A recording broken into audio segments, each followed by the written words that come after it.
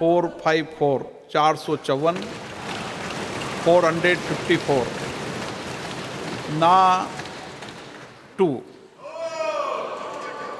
प्रस्ताव की कुल सदस्य संख्या के बहुमत द्वारा सभा के उपस्थित और मतदान देने वाले सदस्यों के कम से कम 2/3 बहुमत द्वारा पारित हुआ।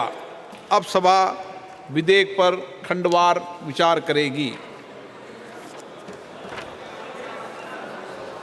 श्री N.K. प्रेमचंदन, क्या आप संशोधन संख्या 4, 5, 6 और 7 प्रस्तुत कर रहे हैं? Sir, 1 minute.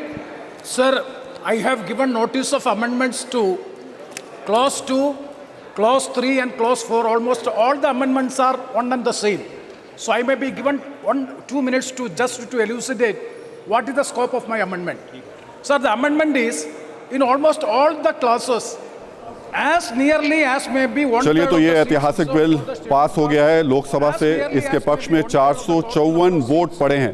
33% महिला आरक्षण को लोकसभा से मंजूरी मिल गई है। संसद और विधानसभाओं में महिलाओं को आरक्षण देने वाला ये विधेयक है। लोकसभा के बाद कल राज्यसभा में इसको पेश किया जाएगा।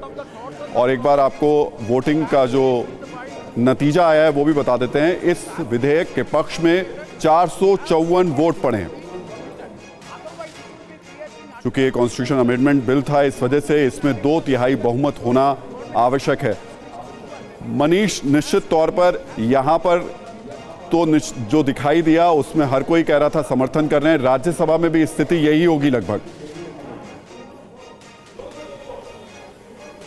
बिल्कुल राहुल जी, राज्यसभा में भी यही स्थिति आपको दिखाई देगी। और देखिए, नए संसद भवन में पहला कानून पास होते हुए, पहला संविधान मनीष में आपको होते हुए सब कोई देख रहे हैं। और निश्चित तौर पर तरीके से हैं इस विधेयक के पक्ष में 454 वोट पड़े हैं, जबकि 2 लोगों ने इसके खिलाफ वोट दिया है।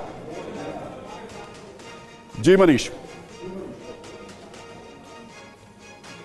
बिल्कुल राहुल जी, और ऐसा लगता है कि वो 2 लोग जो कि इसके खिलाफ वोट दिए हैं, अभी अगर उसकी जानकारी मैं आधिकारिक तौर पर तो नहीं, लेकिन एक अनुमान के आधार पर कह सकता हूं कि वो ओवैसी और उनके पार्टी के जो दूसरे सांसद हैं उन्होंने दिया होगा। ऐसा उन्होंने पहले कहा भी था। हालांकि मैं ये आधिकारिक तौर पर अभी नहीं कह पाऊंगा कि उन्होंने किसने दिया है, लेकिन जो 2 वोट विपक्ष में है वो संभावना है कि वो ओवैसी और उनकी पार्टी के एक सांसद ने ये वोट दिया होगा।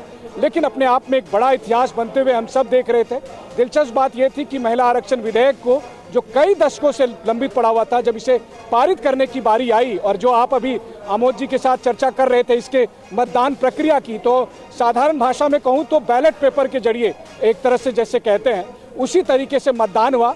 हर एक सांसद को पर्ची दी गई, उसमें सांसद को अपना नाम लिखना था, अपनी कॉन्स्टिट्यूएंसी लिखनी थी, अपना स्टेट का नाम लिखना था, और उसके बाद हाँ ना या फिर एब्सटेन का टिक लगाना था। और उसी आधार पर सभी सांसदों ने अपने वोट दिए।